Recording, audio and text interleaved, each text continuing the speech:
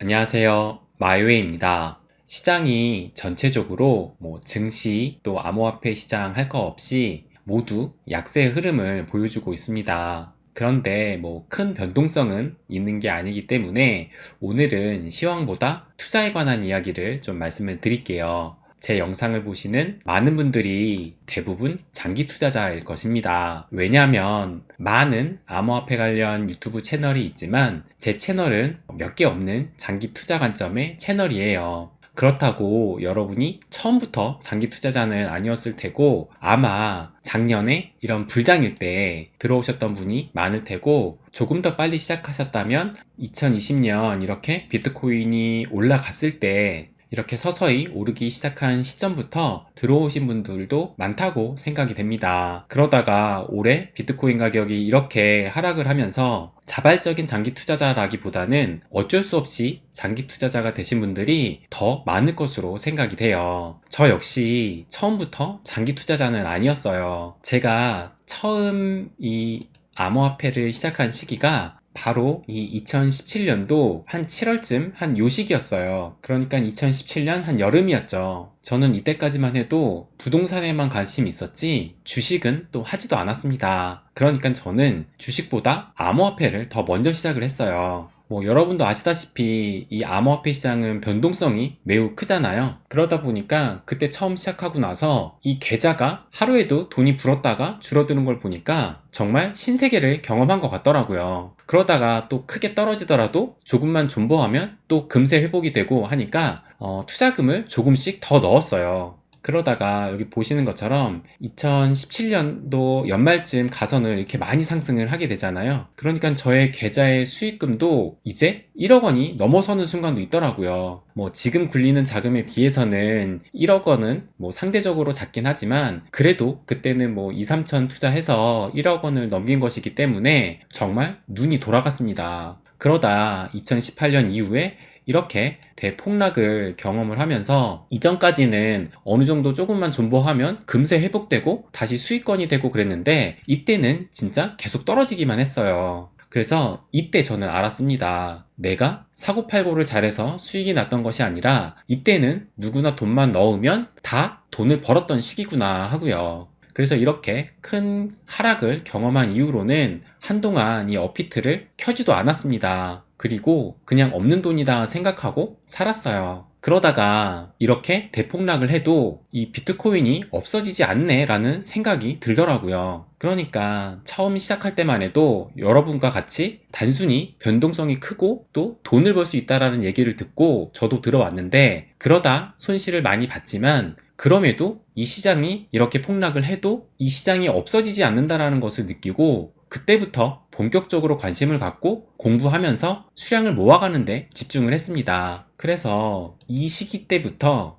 단타로 사고 팔고 하는 것을 더 이상 하지 않고 장기적으로 보고 최대한 수량을 많이 갖고 있어야겠다라고 생각을 했어요. 그래서 저도 지금의 니플과 갈라, 송버드, 클레이튼, KSP 등 지금의 수량을 모을 수 있었습니다. 그리고 또 오늘 나온 기사를 한번 좀 보여드릴게요. 이 기사가 13년 전 처음으로 형성된 비트코인 가격과 시가총액은 해가지고 기사가 나왔는데 이걸 한번 보면은 2009년 10월 5일이에요. 그러니까 정말 딱 13년 전 비트코인 가격을 알려주는 건데 보시게 되면 비트코인 하나의 가격이 0.076달러도 아니고 센트입니다. 그러니까 0.076 센트예요. 그리고 이때의 비트코인 총 공급량은 2100만 개 중에 122만 개 정도 되는 것이었고 이 비트코인 시가총액은 933달러였습니다. 그러니까는 시가총액이 1000달러도 안 되고 그리고 이 시기는 이 비트코인 네트워크가 가동된 지 한 276일째 되는 시점이었어요. 그래서 여기 보시면 1달러가 있으면 2009년 10월 5일 기준으로는 1309개의 비트코인을 얻을 수가 있었습니다. 그래서 하루하루 6일, 7일 이렇게 하루하루 갈 때마다 비트코인 가격이 조금씩 올라서 1달러에 얻을 수 있는 개수가 1100개, 900개, 800개 이렇게 줄어들었지만 그래도 1달러에 800개면은 지금으로 따지면 어마어마한 금액이 되는 이 비트코인의 수량을 받을 수가 있었던 거예요. 사실 이때 2009년이면은 이 암호화폐 거래소가 본격적으로 생겨나기도 전인 시점이에요.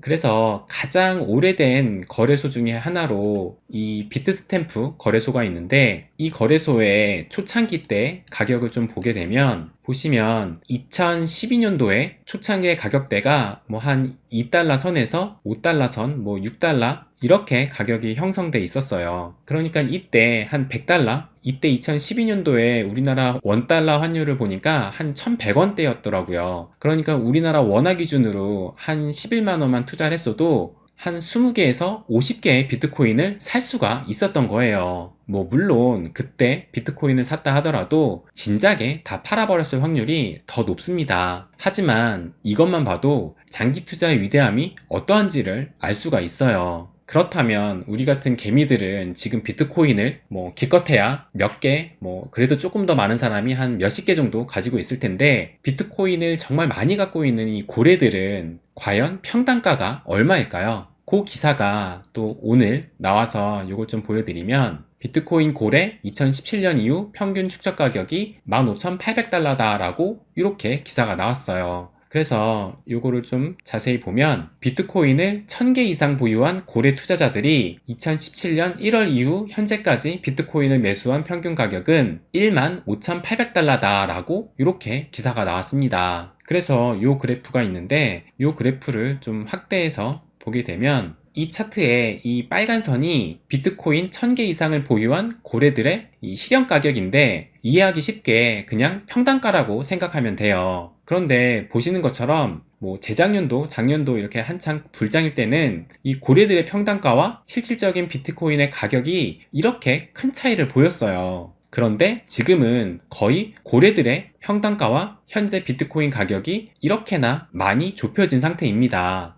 물론 2019년도와 이렇게 코로나 때는 이 고래들의 평단가 아래로 비트코인 가격이 떨어진 적도 있었어요. 그렇다면 지금 현재 이 글로벌 위기 상황이 진행 중이라고 봤을 때 이때처럼 고래들의 평단가 아래로 비트코인 가격이 떨어질 가능성도 있지만, 그런데 이 역시 누구도 장담할 수는 없습니다. 그렇다면 우리가 지금 시점에서 고래들과 비슷한 수준에서 장기 투자로 보고 들어가기에는 결코 나쁘지 않은 시점이라고 저는 생각을 해요. 뭐 과거 고래들보다 더 낮은 가격대에 이런 기회가 있었기 때문에 이 구간만을 기다린다는 것도 한편으로는 저는 탐욕이라고 생각을 합니다. 뭐 정말 이런 바닥이 온다고 확신을 하고 이 구간을 기다리겠다는 사람들을 뭐 말리지는 않을 거예요. 뭐 지금 현 상황도 그럴 가능성이 커 보이기도 하니까. 하지만 또 많은 사람이 이런 구간을 바라고 있다는 것은 그만큼 안 올 가능성도 크다고 저는 생각을 합니다. 지금도 충분히 낮은 가격대라고 생각을 하면 지금부터 분할로 접근하는 것이 괜찮은 방법이라고 생각을 해요. 저도 지금까지는 비트코인보다 알트코인에 집중을 했는데, 이번 글로벌 위기 상황에는 이 비트코인에 좀 더 집중을 해서 모아갈 생각입니다. 이미 저는 이 비트코인 적립식 투자 프로젝트 일명 비조프를 통해서 매주 10만원씩 이제는 121명 100명이 넘는 회원님들과 함께 비트코인을 모아가고 있어요. 그런데 이것과는 별개로 추가적인 비트코인 매수를 통해서 이번 글로벌 위기 상황을 기회로 삼아서 최소한 우리 가족 수만큼 비트코인 개수를 늘려나갈 계획입니다. 그리고 장기적으로 볼 거예요. 물론 지금은 이 2009년도 이때 가격보다 엄청 많이 오른 가격입니다. 이때 2009년이면 1달러에 1300개가 넘는 비트코인을 살 수가 있었는데, 지금은 한 개에 2만 달러고 원화로는 한 2800만원 정도 돼요. 그럼 이미 비트코인은 충분히 비싸니까 기회가 없을까요? 저는 아직도 기회라고 생각을 합니다. 이미 작년 11월에는 이 비트코인이 최고점일 때 69,000달러까지 찍었고, 그때 환율로는 이 비트코인 가격이 원화로 한 8천만원 정도였는데, 지금 환율 만약에 1,400원으로 계산을 하게 되면 이 69,000달러는 거의 1억 원에 가까운 돈이에요. 그래서 아까 10년 전 비트코인 가격이 이 비트스탬프 거래소의 가격으로 봤을 때 한 5달러였으니까 앞으로 10년 후면 이 비트코인의 가격은 얼마가 될까요? 그리고 이 비트코인 가격이 오르면 살아남는 알트코인의 가격도 반드시 함께 오르게 되어 있어요. 주식시장에도 이렇게 대형주, 중소형주가 있고 또 우량주, 잡주가 있어서 함께 이런 주식시장이 돌아가듯이 암호화폐 시장도 결코 이 비트코인 혼자 독주하지 않고 알트코인의 성장도 당연히 함께 따라올 겁니다. 그리고 또 오늘 나온 기사를 한번 보여드리면 코인베이스 CEO가 암호화폐 윈터에도 불구하고 기관들의 관심은 여전하다라고 이야기를 했어요. 그러니까 이 암호화폐 시장은 우리 같은 암호화폐 선구자만이 현재는 들어온 시장이고, 기관들은 그래도 2018년보다는 많이 진출을 했지만 더 많은 대다수의 기관들은 아직 엄두도 못 내고 있습니다. 하지만 이 관심은 시간이 갈수록 더 커질 것이고, 세계 각국에서 제도와 규제화가 이루어지면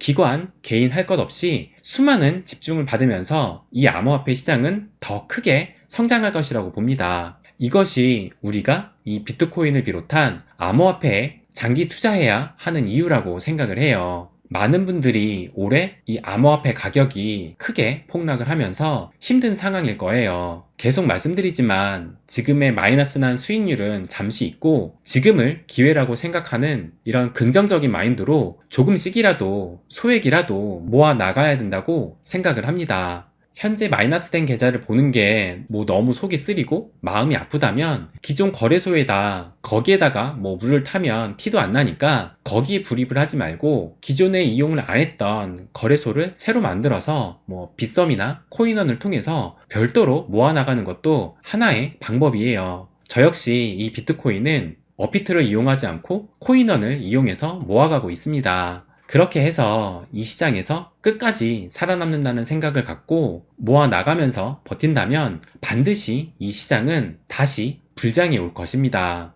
어차피 주식시장, 부동산 시장, 이 암호화폐 시장 모두가 이 자본주의 사회에서 이런 자산시장은 인간의 탐욕으로 돌아가게 돼 있어요. 그래서 지금보다 설령 더 떨어지더라도 인간의 탐욕을 믿고 지금처럼 쌀 때 여러분도 장기적인 관점으로 준비를 하셨으면 합니다.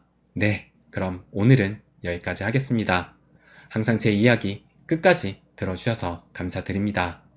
부자가 되는 길, 마이웨이.